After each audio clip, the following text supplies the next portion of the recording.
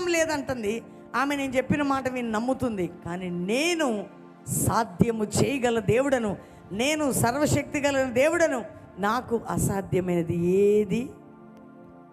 ఏదైనా ఉన్నదా? మీరు చెప్పండి, ఏదైనా ఉందా?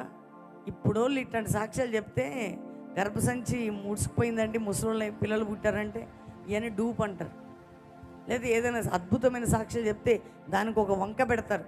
అప్పుడు జరిగింది, ఇప్పుడు జరిగింది. నిన్న నేడు నిరంతరం ఏకరీతిగా ఉన్న దేవుడు ఏ కాలంలో ఏ టైంలోనైనా అదే శక్తిని చూపించగలిగిన సామర్థ్యం కలిగిన దేవుడు నీ దేవుడు. నువ్వు అనుకున్నావు ఇన్ని అప్పులు తీరడానికి నాకెక్కడుంది సోర్స్? నేను ఇంత గొప్పని అవుతాను, ఇంక గొప్పదాన్ని అవుతానా, నా ఇల్లు ఇట్లయితుందా, నా కుటుంబం ఇట్లయిద్దా అని నవ్వుకుంటున్నావా? రోజు వస్తున్న వర్తమానాలు వింటూ లైవ్లో ఇక్కడ ఆలోచిస్తున్నావా?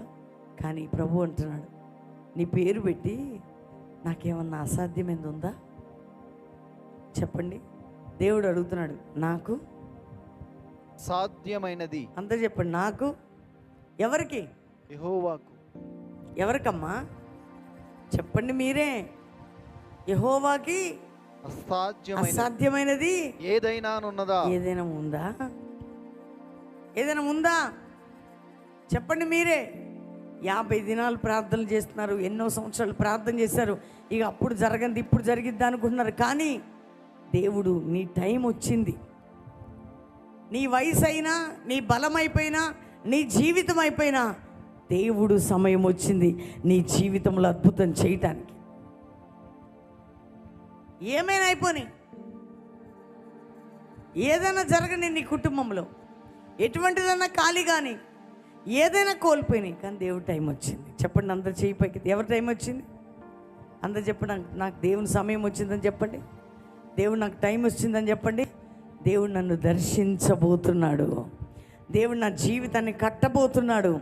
ఆయన అంటున్నాడు, మీరు అందరితో వాగ్దానం చేస్తారు, నాకు అసాధ్యమైంది ఏమన్నా ఉందా అని. ఏమన్నాడండి? మీదటికి ఈ కాలమున, మరలా గుర్తుపెట్టుకోండి, మరలా 50 days వస్తాయి.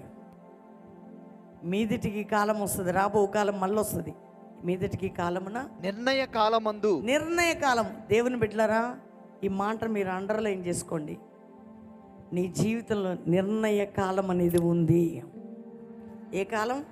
నిర్ణయ కాలం. చెప్పండి, ఏ కాలం?